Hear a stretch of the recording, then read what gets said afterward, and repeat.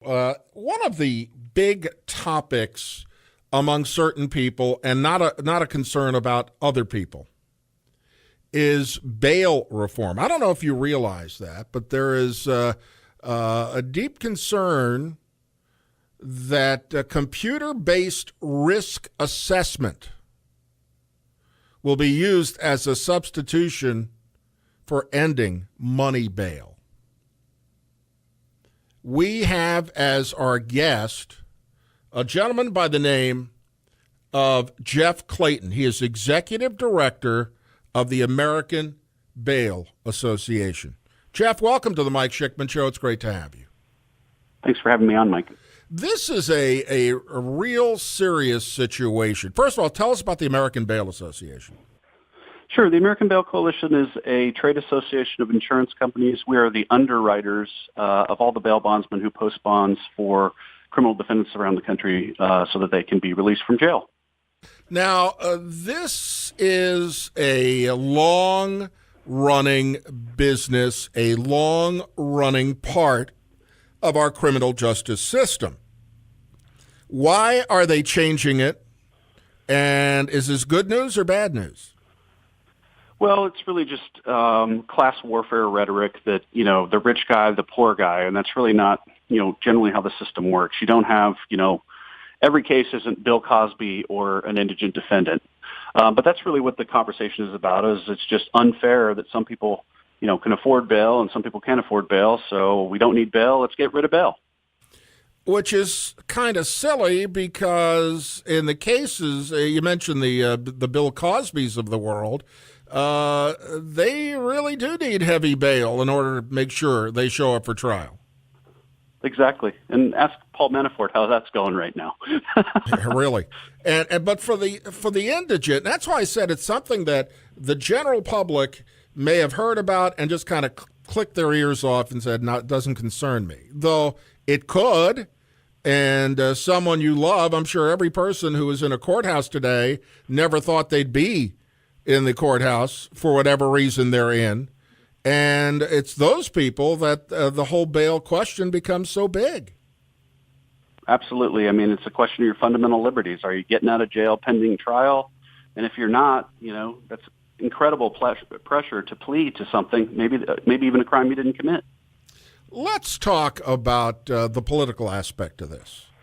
The bails, the American Bailers, the American Bail Coalition, the commercial bail industry is usually considered quite conservative.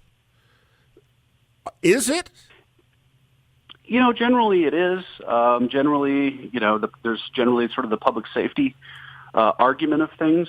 But the debate is rapidly pivoting here, that groups on the left are essentially making generational shifts in public policy, things that they've been advocating for a decade or even 2 decades. Are changes in the way bail is assessed needed? I think so. I mean, I think there's some cases at the lower end, and maybe it's not just bail. Maybe it's just that we overcriminalize a lot of things that should be sort of infractions, and that in a lot of states we're using bail as a collections mechanism. We know that when somebody doesn't show up, we get to keep the money for the courts, or if they forfeit the bond or they get convicted of the crime, we get to keep it and use it as a collections mechanism. And the other thing that we're seeing is just lack of due process, that people are sitting in jail on a bail that could be unconstitutional, but they can't get in front of a judge to make their case. So those are kind of 3 areas that we think there probably need to be some changes. Now, why is risk assessment such a bugaboo for civil rights groups? Well, they don't believe, and I'm, perhaps even with them on this, that these things are race and gender neutral. And we've seen many examples where they're not. So that's one concern, is that they magnify bias that's already in the system, thereby making it worse. And then the second thing is they just haven't been shown to work. And, this whole idea that we're going to treat people as risky and label them as risky has really been around since 1970. And since 1970, if you believe that there is mass incarceration, that's when it all started. And so it really hasn't worked. Is it all from the war on drugs? I think a lot of it was, and certainly if you look back at the federal system, you really had two things going. You had, the mandatory minimums, the crack cocaine disparity, and then, of course, in 1984, when the Federal Act was passed, we were denying bail to all these guys. We were holding them in jail, and so, in the federal system, we've gone from, incarcerating 24% of people pending trial to now 70%. So I think a lot of it had to do with that during that time period. And that's probably the reason, at least at the federal level, why we saw so much pretrial incarceration. Now, the famous people with money, whether it's Paul Manafort, whether it's Bill Cosby, whether it is Robert Blake back in the day, without cash bail, they had enough resources to fly the coop, so to speak. Yeah, that's right. And, if you look at like Bernie Madoff, they made him deposit funds because they knew that if they didn't, he could flee and then he would never pay. And of course, he didn't pay everybody back, but at least start making restitution. And so in those cases, you need it. You need to be able to seize their assets, take their passports, and make them post significant bonds so that if they do flee, there's an incentive to go get them back. And for $5 million, I can tell you any, competent bail bondsman would be chasing somebody all over the world to try to get them back. Is the computerized risk assessment, is that garbage in, garbage out problem? In part it is because, there's huge gaps in criminal history information.